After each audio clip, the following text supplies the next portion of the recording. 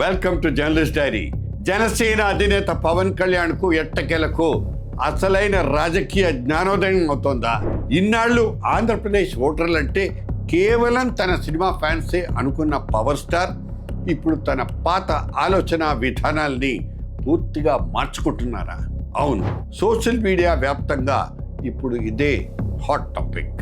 ఒకప్పుడు కేవలం కాపుకుల ఓట్లను కన్సాలిడేట్ చేస్తే చాలు, ఈజీగా అధికారంలోకి వచ్చేయొచ్చని గట్టి అంచనాలు వేసుకున్న ఆ పార్టీ అధినేత ఇప్పుడు నెమ్మదిగా ఆ కులం బ్రాండ్ తన మీద పడకుండా చాలా జాగ్రత్త పడుతున్నారు. వ్యక్తుల తప్పుల్ని కులమతాలతో ముడిపెట్టవద్దంటూ ఆయన ఇస్తున్న పిలుపులు సోషల్ మీడియా వేదికల మీద చర్చకు దారితీస్తున్నాయి. అంతేకాదు, నేటి తరం జెన్జీ యువత ఆశయాలకు, డిజిటల్ ట్రెండ్స్కు అనుగుణంగా గొంతు వినిపించడానికి ఏకంగా సేనాగళం అనే ఒక ప్రత్యేక కమిటీని కూడా రంగంలోకి దించారు పవన్ కళ్యాణ్. ఈ కమిటీ ద్వారా యువతను పార్టీలో క్రియాశీలకంగా మార్చాలన్నది ఆయన టార్గెట్. జెన్జీ గొంతును వినిపించడం ద్వారా వారి ఆశయాలకు అనుగుణంగా పనిచేయటం అనేది సేనాగళం ప్రధాన లక్ష్యం. రాష్ట్రంలో ఉన్న యువత సమస్యలేంటో తెలుసుకుంటారు, వాళ్ళ అభిప్రాయాల్ని పార్టీ వేదికల మీదకు తీసుకొస్తారు, పరిష్కార మార్గాలు వెతికేందుకు ప్రయత్నిస్తారు. ఇంతేకాకుండా సామాజిక విభేదాలు లేకుండా పనిచేయాలన్న ఒక కొత్త ఎజెండా కూడా తెర మీదకు తెచ్చారు పవర్ స్టార్. అంటే కులం, మతం పేరుతో జరుగుతున్న విభజన రాజకీయాలకు వ్యతిరేకంగా పనిచేయాలన్నమాట. ఇది ఎంతవరకు సాధ్యమన్నది బిగ్ క్వశ్చన్.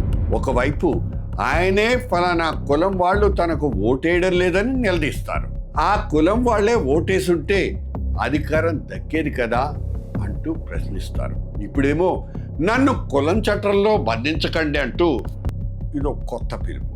నిన్నటి వరకు సినిమా క్రేజ్, కుల సమీకరణాల చుట్టూ తిరిగిన పవన్ కళ్యాణ్ రాజకీయం ఇప్పుడు సడన్ గా సరికొత్త మోడర్న్ సెక్యులర్ లుక్ సంతరించుకుంటోంది.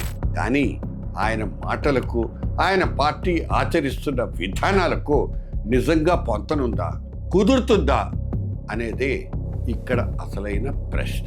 తమిళనాడులో విజయ్ వెంట నిలిచిన జెన్జీ యువత కులం, మతం గురించి పట్టించుకోలేదన్నది రుజువైపోయింది.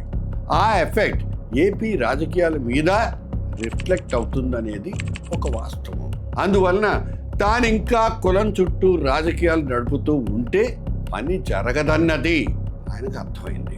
ఒక కులం వాళ్ళు ఆదరించినా ఇతర కీలక కులాల ఓటర్లు దూరమైపోతారన్న భయం ఆయనకు పట్టుకుందా. అందుకే తన మీద మాత్రం కులం బ్రాండ్ వేయొద్దంటూ పదే పదే విన్నపాలు చేస్తున్నారా?